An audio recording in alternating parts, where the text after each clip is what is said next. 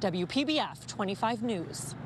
All right, Tori, thank you. Well, students from the Palm Beaches to the Treasure Coast, they are preparing to answer the national call now to walk out of class today. The district is calling today a day of action. Palm Beach County School Superintendent Dr. Robert Avosa is encouraging 9.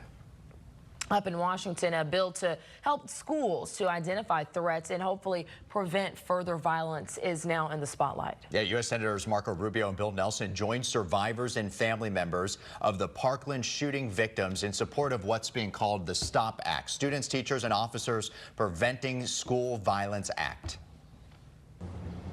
We've also learned the boy charged in a Palm Beach Gardens triple stabbing was on police radar for more than a year. 17-year-old Corey Johnson was a guest in a Ballin Isles home when he's now accused of stabbing 3 people, killing a 13-year-old boy, all on Monday. Police say that Johnson recently converted to Islam and the victims had disrespected his religion. The report says Johnson was known for watching violent terrorist videos and had reached out to ISIS online. Well, police say that Johnson brought a knife to the home Sunday night, told detectives he made the decision to kill 3 people in the house while everyone was sleeping. Now, Elaine Simon says she woke up around 5:45 after she heard Giovanni moaning. Johnson stabbed her multiple times, according to the report, when she went upstairs. Her son then ran to protect her. He was stabbed 32 times. Now, Simon and her son, they managed to escape. They got help from a neighbor. Johnson then, according to law enforcement, barricaded himself inside a room in that house. Police eventually made the arrest.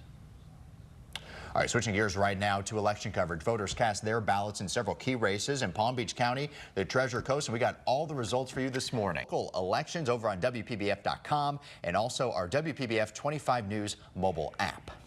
6 minutes after 6 this morning, cabinet chaos. The president hints that more changes could be coming with his administration. And we have the latest name that surfaced in another possible shakeup for President Trump's cabinet. Plus, for the third time now in less than just 2 weeks, New England getting pounded by a nor'easter as we speak. We're going to show you, though, how some folks on the East Coast are taking this entire thing in stride. Mornings. Welcome back. The third nor'easter in the last 2 weeks now hit the Northeast, bringing more heavy snow and blizzard conditions this time around. Yeah, take a look how quickly it all piled up in Boston. Over a foot of snow has been reported in parts of Massachusetts, Rhode Island, all of New England right now. They're going to be digging out for days, all the way up to Maine. Incredible. Some New Englanders are taking it all in stride, though. This group of friends didn't let a little snow in South Boston stop them from having fun. They practiced their snowboarding skills in it. And they need a little more practice, but I think they're going to get plenty of snow. They don't have to worry about it. They'll have days and days to practice. Yeah. Well, more than 1,600 flights were canceled, unfortunately, because of this storm. The schedule at PBIA shows most flights are scheduled to take off to the Northeast today, so that's a little bit of good news. But still, be sure, check with your airline. Farron, you were saying you had some cancellations from friends and stuff. Yeah, I better be aware of that. It's happening. All right, let's check in with Sandra right now, 10 minutes after 6. Well, spring officially began. Miami Marlins at Roger Dean Chevrolet Stadium. All right, 6:10 right now. Sandra, thank you. New developments in the urgent search for a possible serial bomber in Austin, Texas. I will tell you, there were wolves. Happening right now, investigators in Austin, Texas, they are desperately chasing a possible serial bomber in that city. 3 packages have exploded just in the last 10 days. 2 people have been killed, 1 was injured. In each incident, the package showed up on the person's doorstep. Authorities say the explosive devices were made with nuts, bolts, and nails that generated that shrapnel, and they were triggered to explode when somebody picked it up.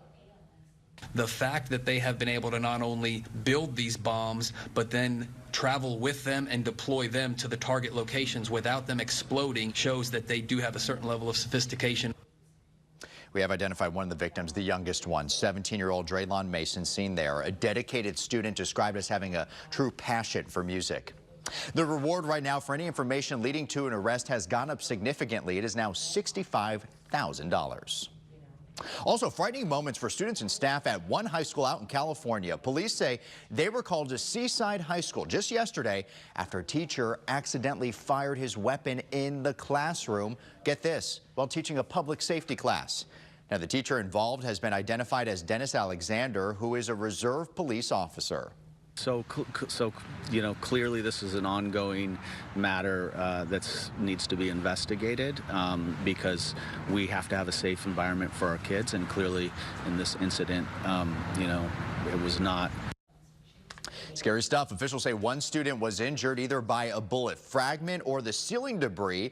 That student taken to a local hospital by his parent for treatment. No one else, though, was seriously injured.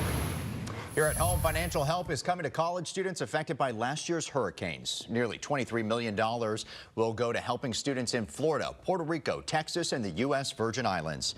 The money will help nearly 1,200 different schools as well. Also, FEMA has approved an $8.6 million renourishment plan for Jupiter Island and the beaches there. And the money's being used